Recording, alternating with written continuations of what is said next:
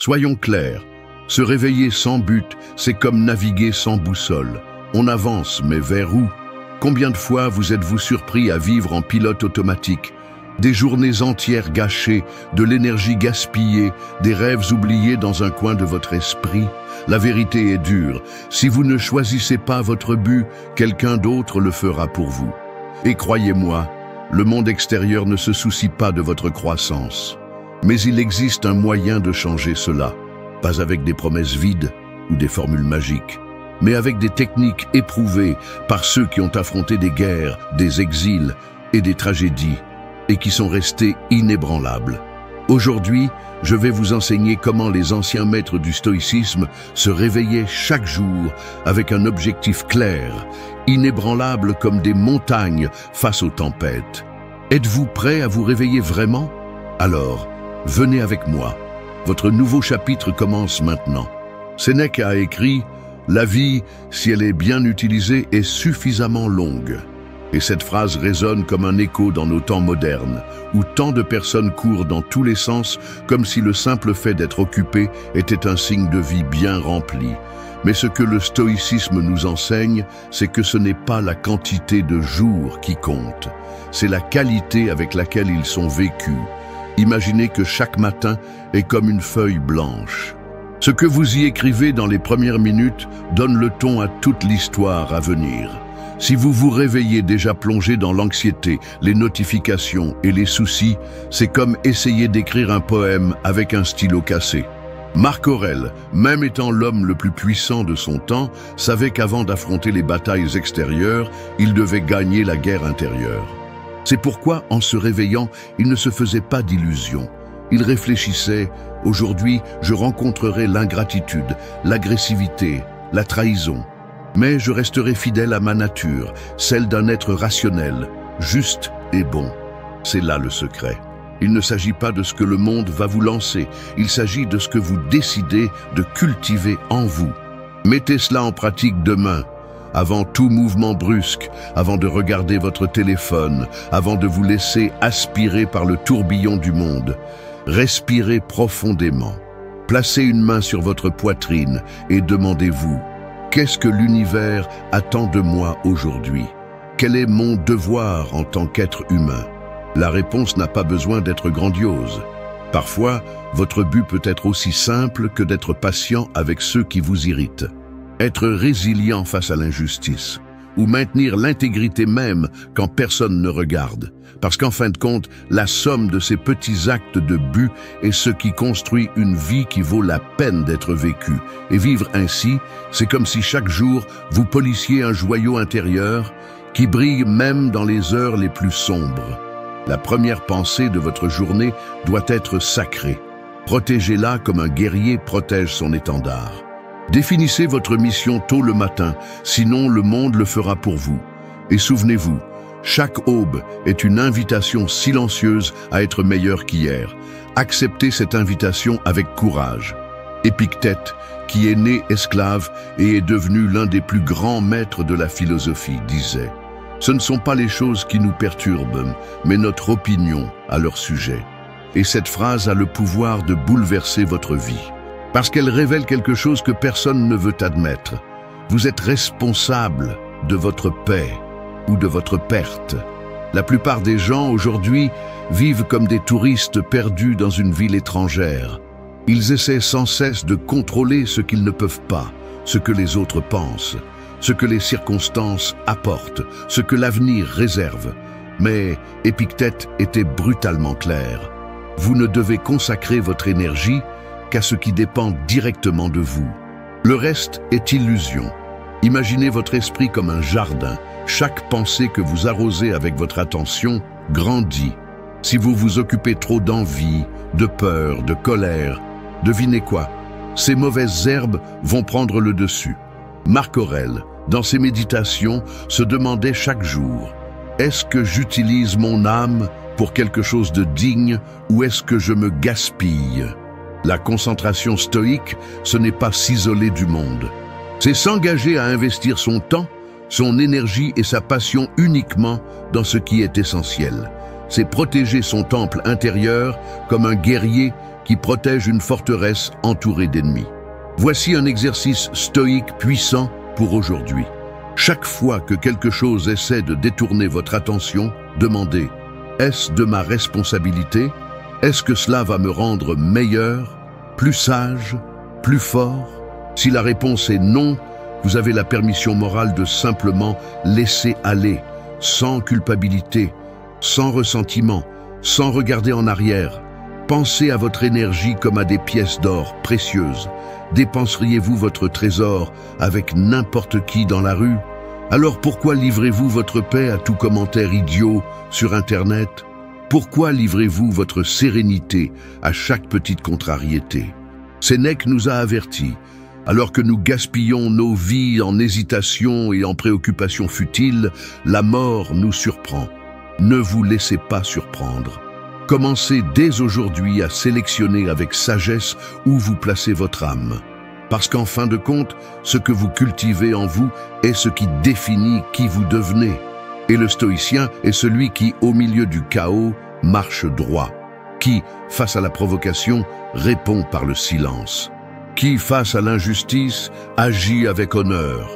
Rappelez-vous, votre concentration est votre pouvoir le plus précieux. Protégez-la comme celui qui garde la clé de sa propre liberté. Marc Aurèle a noté dans ses méditations « Si vous êtes contrarié par les choses extérieures, la faute n'en incombe pas aux choses, mais à votre propre évaluation d'elles. Et il est en votre pouvoir de l'annuler à tout moment. » C'est l'une des leçons les plus libératrices que le stoïcisme nous offre. Vous n'avez pas besoin de devenir otage de vos émotions. La vie est pleine d'obstacles, injures, pertes, frustrations, trahisons. Cela ne changera jamais. Ce qui peut et doit changer, c'est la façon dont vous choisissez d'affronter ces obstacles. Imaginez une mer en furie. À la surface, des vagues violentes et imprévisibles. Mais dans les profondeurs, le silence. Un mouvement presque imperceptible, une paix absolue. Le vrai stoïcien vit dans les profondeurs. Sénèque nous rappelle que la nature nous a donné la raison pour que nous puissions nous élever au-dessus des tempêtes émotionnelles. Pas pour nier les sentiments, mais pour ne pas être réduits en esclavage par eux. Combien de fois avez-vous perdu une journée entière parce que vous avez ruminé un commentaire offensant? Combien de nuits avez-vous perdu parce que vous avez ressassé quelque chose que vous ne pouvez plus changer? Chaque petite irritation que vous alimentez est comme une goutte de poison dans votre âme. Avec le temps, elle empoisonne votre joie, votre concentration, votre paix. C'est pourquoi l'entraînement stoïque est quotidien. Quand quelque chose vous perturbe, avant de réagir, faites une pause. Demandez « Est-ce que cela mérite ma réponse ? Est-ce que cela change qui je suis ou est-ce que cela teste simplement ma patience? » Rappelez-vous que même les empereurs les plus puissants se préparaient à affronter les insultes, l'ingratitude et les trahisons. Et si eux, les maîtres d'armées et d'empires, choisissaient la sérénité, qu'est-ce qui nous en empêche? Voici un autre exercice. Imaginez que chaque problème est un maître déguisé. Chaque critique injuste est une chance de pratiquer l'humilité.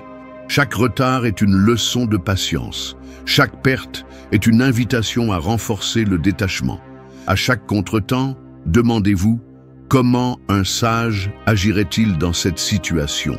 Et alors, agissez selon la sagesse, pas selon la colère, l'orgueil ou la peur. Vous allez vous rendre compte que les problèmes cessent d'être des murailles infranchissables et se transforment en marche vers votre évolution. Marc Aurèle a conclu « Ce qui m'arrive est la matière première de ma vertu ». Autrement dit, peu importe ce que le monde apporte, ce qui importe, c'est ce que vous faites de ce que vous recevez. Être stoïque, c'est comme être un maître de l'aïkido émotionnel. Vous utilisez la force de l'adversaire à votre avantage. Vous transformez chaque coup de la vie en un pas de plus vers votre grandeur intérieure. Et en fin de compte, vous découvrez que la véritable victoire n'est pas de vaincre le monde, c'est de se vaincre soi-même. Sénèque nous a laissé un avertissement qui résonne à travers les siècles. La plus grande partie de la vie nous échappe pendant que nous faisons des choses inutiles. Arrêtez-vous et pensez combien d'heures, de jours, d'années avez-vous déjà gaspillé avec des choses qui, en y regardant maintenant, n'ont absolument rien signifié. Combien de fois vous êtes-vous impliqué dans des discussions futiles, des projets sans âme, des relations vides? La vérité est que le but ne se trouve pas par hasard. Il est sculpté avec discipline. La discipline, pour le stoïcisme, n'est pas une punition. La discipline est la liberté. C'est quand vous cessez d'être esclave de vos impulsions, de la procrastination, du besoin d'approbation externe, et que vous commencez à vivre selon vos principes les plus élevés.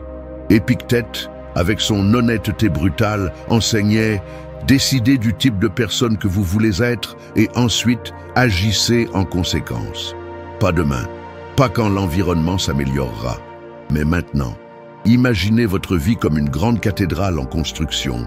Chacune de vos actions est une brique. Chaque choix quotidien est une pierre de plus dans les fondations. Vous pouvez être en train d'ériger un chef-d'œuvre ou un château de sable. Et voici ce que presque personne ne vous dit.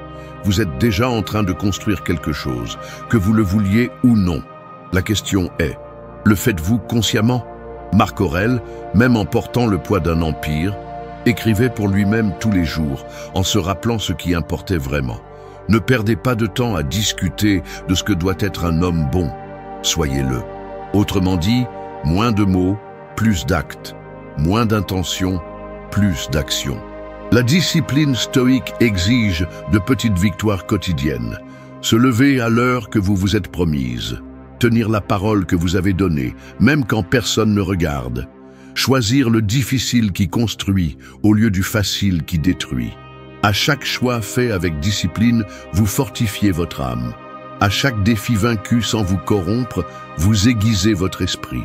Et peu à peu, vous vous rendez compte que vous n'avez plus besoin de motivation externe, ni d'applaudissements, ni de reconnaissance.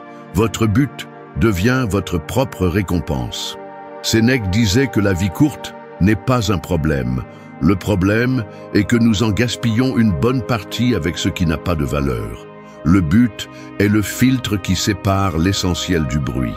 C'est pourquoi je vous demande maintenant, si votre histoire se terminait aujourd'hui, seriez-vous fier de ce que vous avez construit? Si la réponse n'est pas encore un oui inébranlable, ce n'est pas grave. Ce qui importe, c'est que la prochaine brique que vous poserez, le prochain choix que vous ferez, peut tout changer. Parce que le stoïcien comprend qu'il ne contrôle ni le passé, ni l'avenir. Mais il est le maître absolu du présent. Et c'est dans le présent que le but est forgé, coup par coup, choix par choix. Alors, levez-vous, rassemblez votre courage. La vie digne dont vous rêvez attend déjà d'être construite. Le meilleur moment pour commencer était hier. Le deuxième meilleur moment est maintenant. Si vous êtes arrivé jusqu'ici, félicitations, vraiment. Vous n'avez pas seulement regardé une vidéo de plus, vous avez choisi d'évoluer. Vous avez décidé de réfléchir, de regarder à l'intérieur et de construire une nouvelle façon de vivre. Et cela, en soi, est déjà une attitude stoïque. Maintenant, il est temps d'appliquer. Commencez demain. Commencez dès aujourd'hui. Peu importe. Mais commencez. Choisissez un but, cultivez la sérénité, maîtrisez votre concentration et vivez avec discipline. Soyez l'architecte de votre propre vie. Le monde n'a pas besoin de plus d'âmes perdues. Le monde a besoin de personnes comme vous, fermes, conscientes et libres. À la prochaine aube.